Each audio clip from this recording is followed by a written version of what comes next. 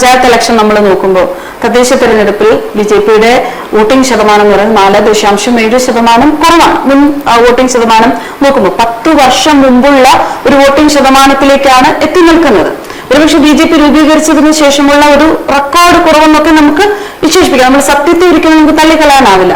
അപ്പോ മുൻപിലുള്ളത് 2 കാര്യങ്ങളാണ്. ഒന്ന്, ആ പോയ ശതമാനം തിരിച്ചു പിടിക്കണം, പുതിയ വോട്ടുകൾ കണ്ടെത്തണം. അപ്പൊ നമുക്കിതൊരു ബാലികറാമലയല്ലേ?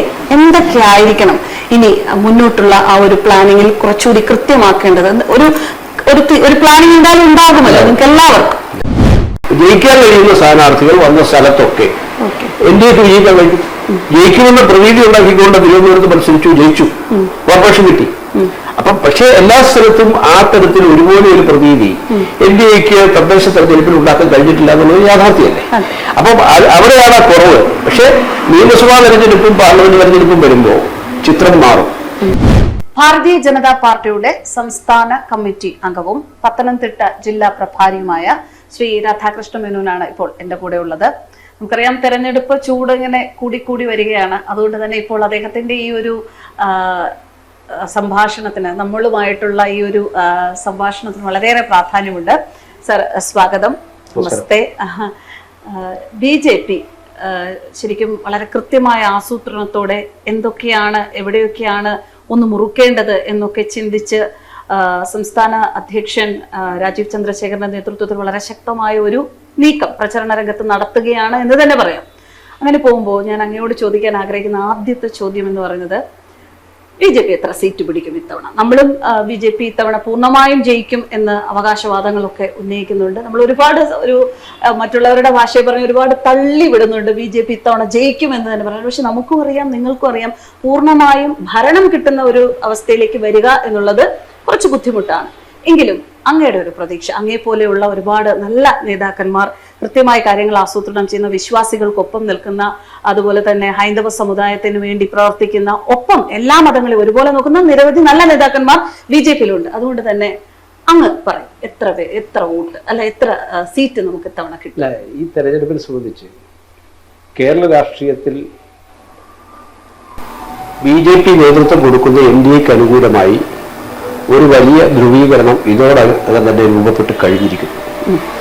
കാരണം കേരളത്തിന് ഈ മാറി മാറിയുള്ള മുന്നണി ഭരണം അക്ഷരാർത്ഥത്തിൽ മടുത്തു. അപ്പൊ ആ ഒരു മടുപ്പ് ഇതുവരെ അവർക്കൊരു ഓൾട്ടർനേറ്റീവ് ഇല്ലാത്തത് കൊണ്ട് പരസ്യമായി പ്രകടമായിരുന്നില്ല. കാരണം ഞാനിത് പറയുന്നത് എൻ്റെ അനുഭവത്തിൻ്റെ, കാരണം വർഷങ്ങൾക്ക് മുമ്പ് ഞാൻ കോട്ടയം ജില്ലാ പ്രസിഡന്റ് ആയിരിക്കുമ്പോഴാണ് എൻഡിഎ ബാനറിൽ PC തോമസ് വിജയിച്ചത്. മൂവാറ്റുപുഴയിൽ ഞങ്ങളാണ് പ്രപ്പോസ് ചെയ്തത്. അന്ന് അദ്ദേഹം വിജയിക്കുകയില്ല എന്നാണ് എല്ലാവരും പറയുന്നത്. പക്ഷെ ഞാനന്ന് കുറിച്ച് പറഞ്ഞ് അദ്ദേഹം വിജയിക്കും. കാരണം ഓൾട്ടർനേറ്റീവായി മാറുക, അതായത് വിജയിക്കാൻ കഴിയും എന്ന അറ്റ്മോസ്ഫിയർ അന്ന് അടൽജി കേന്ദ്രം ഭരിക്കുന്ന സാഹചര്യം. അപ്പോൾ അത് ഒരു മൂന്നാം ശക്തി ഓൾട്ടർനേറ്റീവായി ജനങ്ങളുടെ മുന്നിൽ വന്നു. ഇന്ന് അതിനൊക്കെ എത്രയോ കൂടുതൽ അനുകൂലമായ സാഹചര്യം കേരളത്തിൽ ആകെ രൂപപ്പെട്ടിരിക്കുന്നു. രാജീവ് ചന്ദ്രശേഖരൻ, തുഷാർ വെള്ളാപ്പള്ളി, സാബു തോമസ്, എൻഡിഎക്ക് ഇതൊരു പുതിയ കോമ്പിനേഷനാണ്. കേരളത്തിന് അതൊരു പുതിയ മുഖമാണ്. കാരണം കേരളത്തിന് ഒരു പുതിയ വികസനത്തിന്റെ രാഷ്ട്രീയം അത് രാജീവ് ചന്ദ്രശേഖരൻ കേരളത്തിൽ അവതരിപ്പിച്ചിരിക്കുകയാണ്. ഈ ഒരു പശ്ചാത്തലം കേരളത്തിന്റെ ഇപ്പോ എനിക്ക് തോന്നുന്നു ഇടതുപക്ഷ മുന്നണി പോലും വികസനം പറഞ്ഞിട്ട് ജാഥാപത പറയും. ഇപ്പൊ നാളിതുവരെ തെരഞ്ഞെടുപ്പുകളിൽ ഇപ്പൊ നമുക്ക് പലപ്പോഴും അറിയാമല്ലോ. ഇപ്പോ ഈ EM ശങ്കരൻ നമ്പൂതിരിപ്പാട് പണ്ട് കുവൈറ്റ് യുദ്ധം ഉണ്ടായ കാലത്ത് അന്ന് ആ യുദ്ധത്തെ തെരഞ്ഞെടുപ്പിൽ അനുകൂലമാക്കാൻ ഇസ്ലാമിക രാഷ്ട്രങ്ങൾക്കൊപ്പമാണ് ഞങ്ങൾ, കോൺഗ്രസ് ആരുടെ കൂടെയാണ് എന്ന് ചോദിച്ച ദശാബ്ദങ്ങൾക്ക് മുമ്പ് കേരളത്തിൽ തെരഞ്ഞെടുപ്പ് നടന്നത് ഞാനിപ്പോഴും ഓർക്കുന്നു.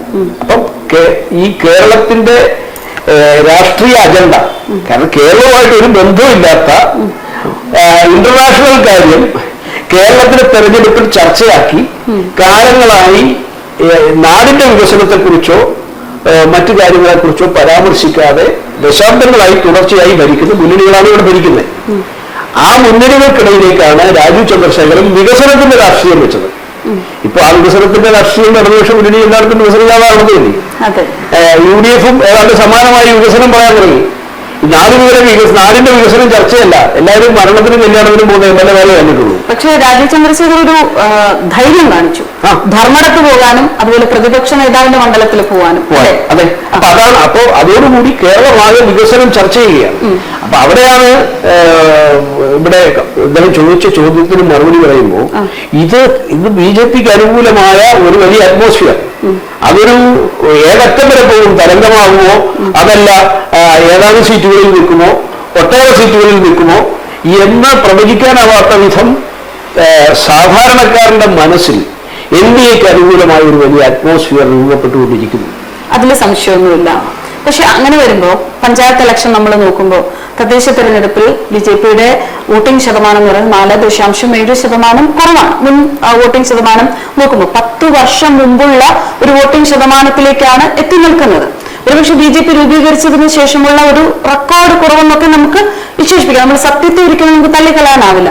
അപ്പോ മുൻപിലുള്ളത് 2 കാര്യങ്ങളാണ്. ഒന്ന്, ആ പോയ ശതമാനം തിരിച്ചു പിടിക്കണം, പുതിയ വോട്ടുകൾ കണ്ടെത്തണം.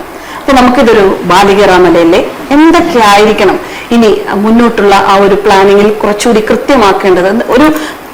ഒരു പ്ലാനിങ് എന്തായാലും ഉണ്ടാകുമല്ലോ നിങ്ങൾക്ക് എല്ലാവർക്കും.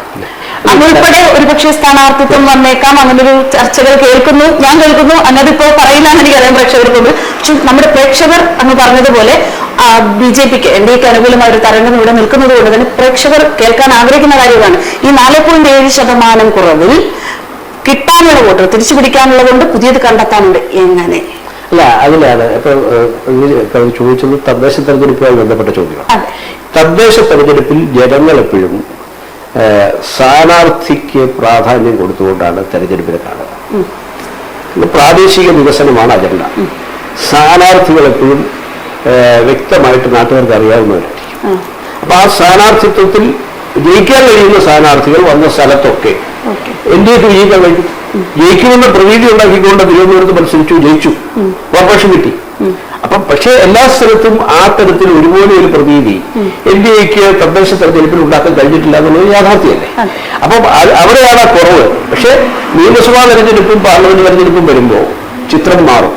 കാരണം നിയമസഭാ തെരഞ്ഞെടുപ്പിൽ ഇപ്പോൾ BJPയുടെ അഖിലേന്ത്യാ അധ്യക്ഷൻ തന്നെ ആദ്യമായിട്ട് പുതിയ അഖിലേന്ത്യാ അധ്യക്ഷൻ കേരളത്തിൽ വന്നപ്പോൾ അദ്ദേഹം ഈ തെരഞ്ഞെടുപ്പിനെ പരാമർശിച്ചുകൊണ്ട് സൂചിപ്പിച്ച ഒരു പോയിന്റ്, പ്രധാനപ്പെട്ട പോയിന്റ്, തദ്ദേശ തെരഞ്ഞെടുപ്പിൽ 25% പാർട്ടി, 75% സ്ഥാനാർത്ഥി. നിയമസഭാ തെരഞ്ഞെടുപ്പിൽ 50% പാർട്ടി, 50% സ്ഥാനാർത്ഥി. ലോക്സഭാ തെരഞ്ഞെടുപ്പിൽ 75% പാർട്ടി, 25% സ്ഥാനാർത്ഥി. അപ്പൊ BJP വരണമെന്ന് ആഗ്രഹിക്കുന്നവർക്കൊക്കെ പ്രതീക്ഷയോടെ കാത്തിരിക്കാമെന്നാണ് അങ്ങ് പറയുന്നത്. തീർച്ചയായിട്ടും. കാരണം BJPയുടെ ഇപ്പോൾ സ്ഥാനാർത്ഥി നിർണ്ണയം അടക്കം വളരെ കഴിഞ്ഞ കാലങ്ങളിൽ നിന്നും വ്യത്യസ്തമായി വളരെ പ്രൊഫഷണൽ ആയിട്ട് എല്ലായിടത്തും സർവേയൊക്കെ നടത്തി ഏറ്റവും കൂടുതൽ ജയിക്കാൻ സാധ്യതയുള്ള ആളുകളെ കണ്ടെത്താനുള്ള ശ്രമത്തിലാണ് സംസ്ഥാന അധ്യക്ഷനും നേതൃത്വവും ദേശീയ നേതൃത്വവും ഒക്കെ. അപ്പൊ ആ ഒരു കാഴ്ചപ്പാടിൽ ആളുകളെ സെലക്ട് ചെയ്യാൻ പരിശ്രമിക്കുമ്പോൾ അപ്പൊ നമുക്കറിയാം ഇപ്പോ നിലവിൽ ഓരോ മണ്ഡലങ്ങളുടെയും പരിഗണനയും ഇഷ്യൂയൊക്കെ ആ നിലയിലെടുക്കുമ്പോൾ ഇപ്പോൾ ഘടകകക്ഷികൾക്ക് പോലും ജയിക്കാൻ കഴിയുന്ന സ്ഥാനാർത്ഥികളെ കണ്ടെത്താൻ നിർദ്ദേശം കൊടുക്കുന്ന ആ നിലയിൽ കൂട്ടായിട്ട് ഇപ്പോൾ തുഷാർ വെള്ളാപ്പള്ളി ആണെങ്കിലും രാജീവ് ചന്ദ്രശേഖരനാണെങ്കിലും സാബു തോമസ് ആണെങ്കിലും ഏതാണ്ട് സമാന മനസ്സോടുകൂടി കാര്യങ്ങളെ വിലയിരുത്തി ഈ തെരഞ്ഞെടുപ്പിനെ അഭിമുഖീകരിക്കുമ്പോൾ അവിടെയാണ് കേരളത്തിലെ പൊതുസമൂഹത്തിന് പ്രത്യേകിച്ച് വോട്ടർമാർക്ക് എല്ലാവർക്കും ഈ NDAയിൽ ഒരു വലിയ പ്രതീക്ഷ വന്നിരിക്കുന്നത്. ആ പ്രതീക്ഷ സീറ്റിന്റെ എണ്ണത്തിൽ വലിയൊരു കുതിച്ചുചാട്ടം തന്നെ ഉണ്ടാക്കാനുള്ള സാധ്യതയുണ്ട്. അതുകൊണ്ടാണ് നമ്മൾ ഒറ്റ വാക്കിൽ ഇത്ര സീറ്റേ കിട്ടൂ എന്ന് പറയുന്നതിന് അർത്ഥമില്ല. എൻ്റെ ഒരു വിലയിരുത്തലിൽ ഇപ്പോൾ നിങ്ങൾ വിദ്യാഭ്യാസം പ്രവചിക്കുന്ന പോലെ തിരുവനന്തപുരത്ത് 2 കിട്ടും, അല്ലെ മറ്റേ കാസർഗോഡ് 2 കിട്ടും എന്നുള്ള അത് ആ ചിത്രം മാറിയിരുന്നു. എവിടെയും ജയിക്കാവുന്ന സാഹചര്യമാണ്.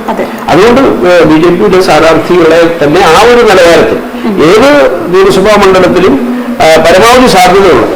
നമുക്കറിയാം സ്ഥാനാർത്ഥികൾ വരുമ്പോൾ ഈ LDF-ന് UDF-ന്റെ സ്ഥാനാർത്ഥികൾ വരും. ഇതിനെ 3 സ്ഥാനാർത്ഥികളെയും ഒരുപോലെ വോട്ടർമാരൊന്ന് താരതമ്യം ചെയ്യും. ഇത് വന്ന് നിൽക്കുന്ന സമയത്ത് ആ താരതമ്യത്തിൽ ആരൊക്കെ മുന്നിൽ വരും എന്നതിനെ ആശ്രയിച്ചായിരിക്കും ഈ പ്രാവശ്യത്തെ വിജയം. കാരണം അത് ആ താരതമ്യത്തിൽ NDAക്ക് മുൻതൂക്കം വരുന്നിടത്തൊക്കെ NDA ജയിക്കും. കാരണം അതാണ് ഞാൻ നേരത്തെ PC തോമസിന്റെ ഉദാഹരണം പറഞ്ഞത്. ജയിക്കാൻ കഴിയും എന്ന പ്രതീക്ഷ എവിടൊക്കെ രൂപപ്പെട്ടാലും അവിടെല്ലാം NDAക്ക് ജയിക്കാൻ സാധിക്കുന്ന അന്തരീക്ഷം ഉണ്ടാകും. 1ാം സ്ഥാനവും 2ാം സ്ഥാനവും ഉറപ്പാണ്. അപ്പോ ശ്രീ രാധാകൃഷ്ണ മേനോൻ പറഞ്ഞതുപോലെ തന്നെ NDAക്ക് അനുകൂലമായ ഒരു കാറ്റ് കേരളത്തിൽ വീശുകയാണ്. അതിൽ യാതൊരു സംശയവുമില്ല. വളരെ നല്ല ഒരു സർക്കാർ, ഈ മാറി മാറി ഭരിക്കുന്ന സർക്കാരുകളെ മാറ്റി നിർത്തി ഒരു പുതിയ സർക്കാർ ഉടനടി ഈ തെരഞ്ഞെടുപ്പിലൂടെ ഭരണത്തിൽ വരുമെന്ന് നമുക്കും പ്രതീക്ഷിക്കാം. അങ്ങ് സ്ഥാനാർത്ഥിയാവുകയാണ് എങ്കിൽ അങ്ങേക്കും എല്ലാ വിജയ ആശംസകളും ഞങ്ങൾ അഡ്വാൻസ് ആയി നേരുന്നു. ഇനി അടുത്ത തവണ നമ്മൾ കാണുമ്പോൾ എന്റെ മുൻപിലിരിക്കുന്നത് രാധാകൃഷ്ണ മേനോൻ എന്ന NDA പ്രതിനിധാനം ചെയ്യുന്ന ഒരു ഭരണ സാരഥ്യം വഹിക്കുന്ന ഒരു ജനപ്രതിനിധിയാകട്ടെ എന്ന് ആശംസിക്കുന്നു.